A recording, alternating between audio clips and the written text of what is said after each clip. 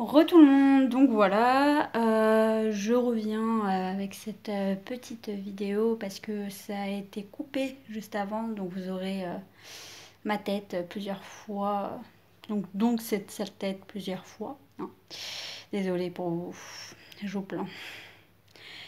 Donc voilà, j'ai juste continué ma vidéo donc sur l'organisation. Comme je vous ai dit, ensuite quand on choisit de garder le bébé, il y a une organisation qui c'est avant l'arrivée du bébé et après l'arrivée du bébé. Là, ça a été une grosse organisation vu que bah, il y a eu le déménagement, il y a eu notre déménagement puisque moi, j'ai déménagé plusieurs fois. J'ai fait le déménagement de Paris à la ville où je suis en ce moment, donc chez mes parents. Et ensuite, je suis restée 3 mois chez mes parents. Et ensuite, j'ai trouvé un appartement avec mon chéri. Et du coup, on a déménagé un mois avant l'arrivée de la petite. Donc, ça nous a sauvés, je vous le confirme. Ça a été génial.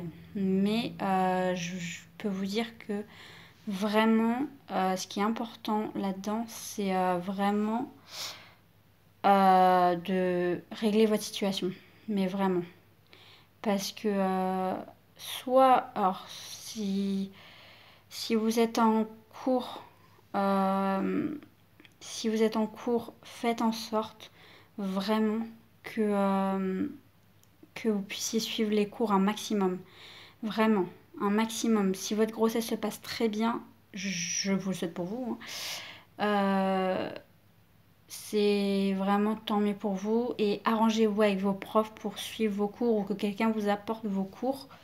Ça serait mieux pour tout le monde parce que pour pas prendre de retard, si vous avez des examens, c'est la merde. Euh, et si vous travaillez, par contre, c'est mieux parce que normalement, alors je sais pas, parce que moi j'ai arrêté avant, donc ça a été un peu compliqué. Mais là, donc c'est 7 mois. Vous arrêtez à 7 mois, il me semble. 7 mois, 7 mois et demi, un truc comme ça. Euh, les... Normalement, il y a pas de problème. Si vous avez des problèmes de santé, je crois que c'est avant, mais faut voir avec le médecin. Enfin, moi, je sais pas, je me suis arrêtée à 5 mois, 6 mois de grossesse, même pas 6 mois de grossesse, parce que moi, j'avais un CDD. Donc, moi, je peux pas vous parler de ça, mais il me semble que c'est 7 mois de grossesse. Si tout va bien, sinon c'est avant, mais c'est avec le truc de l'accord de votre médecin.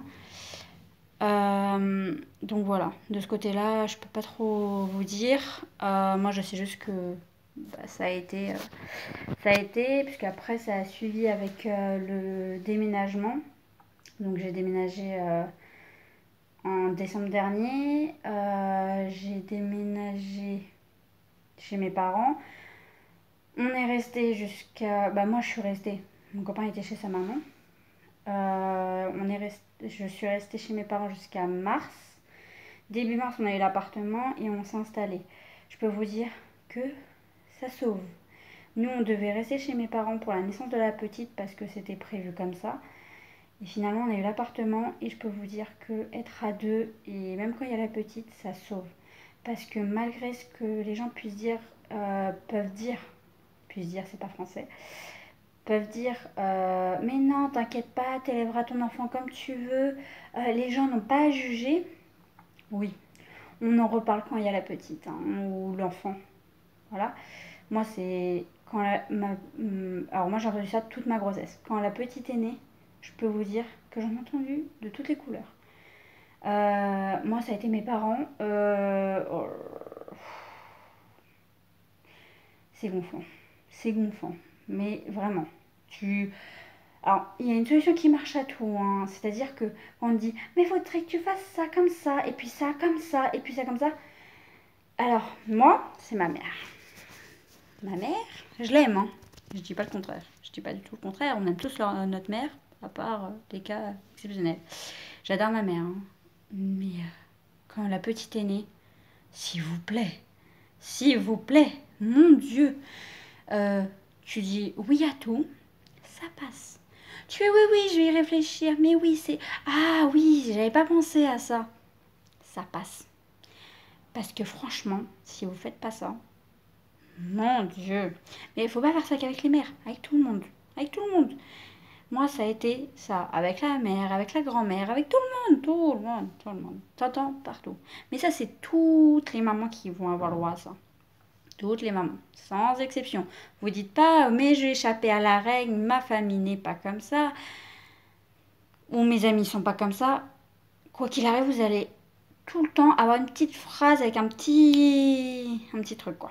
Un petit pic, une petite réflexion. Vous allez pas échapper. Pardon. Vous n'allez pas y échapper. Ma langue a fourché. Donc voilà. Ensuite, j'espère que la situation avec le papa, c'est hyper important. Donc il y a des mamans qui c'est délicat, le papa se barre. On va pas se dire par les quatre chemins. Le papa se barre, refuse de reconnaître l'enfant, refuse d'être là. C'est de plus en plus fréquent ce qui se passe. Je sais pas, ils ont peur des bébés, je sais pas ce qui se passe. Peur des. Comment on appelle ça? Des responsabilités. Je cherchais le mot, des responsabilités. Ça peut se comprendre. Quand on est jeune, on n'a pas forcément comme projet à 17, 18 ans d'avoir un bébé. Je peux comprendre. Les mecs prennent en général plus de temps pour ce genre de choses. Et vous voulez qu'on vous dise quoi? C'est comme ça. C'est comme ça. Donc voilà, mais la situation, si le papa reste, c'est très important. Soit vous vous arrangez pour que faut tout le temps que vous soyez tous les trois, vraiment, parce que je peux vous dire que moi j'ai vécu enfin, avec le papa et heureusement, parce que la situation fait que quand on est toute seule, c'est vraiment mais dur. C'est Vous avez beau aimer votre bébé, hein. Et je dis pas le contraire, je dis vraiment pas le contraire. Mais c'est dur psychologiquement quand on a un nouveau-né. On se dit mais non, on se prépare, on a beau se préparer pendant la grossesse, se dire mais non, ça va aller, je vais gérer, il n'y a pas de souci. Oui, oui, oui. On se dit tout ça. Mais non, ça va aller, c'est les autres, mais c'est pas moi, ça va aller. Je peux vous dire que on est bien contente quand il y a le papa. Et vraiment, si il n'y a pas le papa, faut vraiment que vous soyez bien entouré. Vraiment. Parce que c'est vraiment important. S'il y a quelqu'un qui... En fait, il faut vraiment qu'il y ait quelqu'un qui prenne le relais. C'est parce que c'est très éprouvant niveau nerfs, niveau patience. Je peux vous dire que je l'aime ma fille, hein, mais vraiment. Mais quand elle fait des crises de nerfs, c'est vraiment éprouvant. On a beau être deux, je peux vous dire que on se passe souvent le relais. C'est souvent 5 minutes moi, 5 minutes mon copain. On se passe souvent le relais, hein. Quand elle se tape des crises de 1 heure à brailler dans les oreilles, je peux vous dire, c'est coton. C'est vraiment coton. Donc vraiment, j'espère pour vous que voilà. Donc avec soit vous êtes majeur et vous pouvez trouver un travail et un appart, ce que je vous souhaite, parce que c'est vraiment le top. Soit vous vous arrangez pour soit habiter chez la maman de la maman, soit la maman de chez vous, soit la maman du papa, du futur papa. Parce que faut vraiment que vous soyez tous les trois, c'est vraiment franchement le mieux. Je peux pas vous dire mieux, c'est vraiment, il n'y a pas d'autre mot. Donc voilà. Ensuite, ce qui est important, donc là je passe un peu, comme on dit, du coq à l'âne. Ce qui est important aussi quand on apprend la grossesse, c'est les rendez-vous médicaux. Les rendez-vous médicaux, quand on apprend, alors je pense que soit vous la prenez chez le médecin traitant, soit je sais pas comment vous la prenez votre grossesse, hein. Mais ce qui est important, c'est d'avoir une gynéco. Mais vraiment, c'est vraiment là-bas. Soit une gynéco, soit une sage-femme. Parce que moi, je l'ai appris chez ma gynéco et j'ai fini avec une sage-femme quand j'ai déménagé. Et franchement, il faut avoir l'un ou l'autre.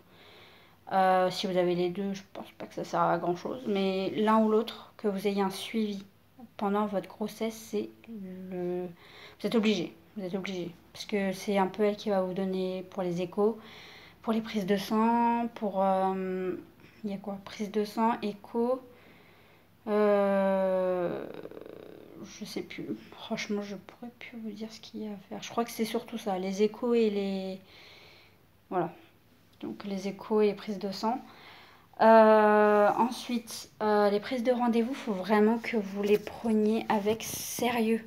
Mais je déconne vraiment pas là-dessus. Parce que moi, au début, quand j'ai appris que j'étais enceinte, comme je vous l'ai dit, j'avais la tête en vrac. Donc les rendez-vous, je comprenais rien. Vraiment, les filles, concentrez-vous sur prendre les rendez-vous. Euh, Prendre les rendez-vous et les faire au plus tôt. Comme ça, vous êtes débarrassés. Plus tôt c'est fait, plus tôt vous avez les résultats et plus tôt vous allez être apaisé. Moi, franchement, j'ai tout fait vite parce que du coup, j'avais pris du retard. Je peux vous dire que c'est beaucoup de stress, beaucoup d'émotions. Donc, vraiment, faites ça avec sérieux. Vraiment. C'est un petit conseil. Faites comme vous voulez, mais c'est vraiment un conseil. Donc, voilà. Ensuite, ce qui est important, ce qui est important aussi, c'est l'attente entre les rendez-vous. C'est un moment de stress, d'émotion, de haut et de bas. Je ne vais pas vous le cacher. C'est voilà, c'est les hauts, les bas, les pleurs, les questions. Est-ce que je vais y arriver? Je vais pas y arriver. Est-ce que j'ai fait le bon choix? Toute une remise en question entre chaque rendez-vous, du moment que vous entre chaque écho, vous allez y passer. Est-ce que toutes ces questions-là, vous allez y passer? Franchement, vous inquiétez pas. C'est normal. C'est normal. Ces questions sont normales. C'est normal. Les échos sont tous les pratiquement 3 mois, il me semble. Donc c'est long. Entre-temps, on ne voit pas son bébé. On ne sait pas si on fait bien comme il faut. On ne sait pas si on fait ce qu'il faut pour qu'il aille bien. On ne sait pratiquement rien. Donc, ne paniquez pas. Vraiment, ne paniquez pas. C'est normal. De stresser, de se poser des questions, c'est normal. D'accord? Il n'y a pas d'autre choix que d'attendre, de se rassurer parce que si vous êtes stressé, le bébé le sent. Je peux vous dire que c'est vrai. Tout le long de ma grossesse, moi j'étais stressée entre les rendez-vous justement et le bébé le sent. On n'est pas bien et le bébé aussi n'est pas bien. Donc voilà. Vous inquiétez pas, ça va aller. Je sais, c'est facile à dire, mais je suis passée par là. Si je vous le dis, c'est que c'est vrai. C'est que c'est vrai. Après, chaque femme réagit différemment, hein, je dis pas le contraire. Mais voilà, il y a les inquiétudes, c'est normal, c'est tout le long de la grossesse. Tout le long de la grossesse, il y a des inquiétudes. Pour tout, hein, pour tout. Au début, on a peur de perdre le bébé. Après, on a peur qu'il tienne pas. Après, on a peur qu'il arrive prématuré. Et après, on a peur des maladies. On a peur de tout. Donc, vous inquiétez pas. Tout le long d'une grossesse, on dit mais t'inquiète, c'est merveilleux la grossesse. Ouais, c'est génial une grossesse, c'est plein de stress. Franchement, c'est plein de stress. Vous inquiétez pas. Voilà. Vous posez pas plus de questions, ça va aller. Dites-vous que ça va aller. Voilà. Bon, bah c'est tout pour moi, aujourd'hui du moins. Hein. Je referai une vidéo sûrement la semaine prochaine. J'essaye d'en faire une par semaine, mais bon, avec bébé, on sait jamais. Donc voilà, je vous préviendrai s'il y a un contretemps. Donc voilà, bon, bah, je vous fais plein de gros bisous et puis à plus!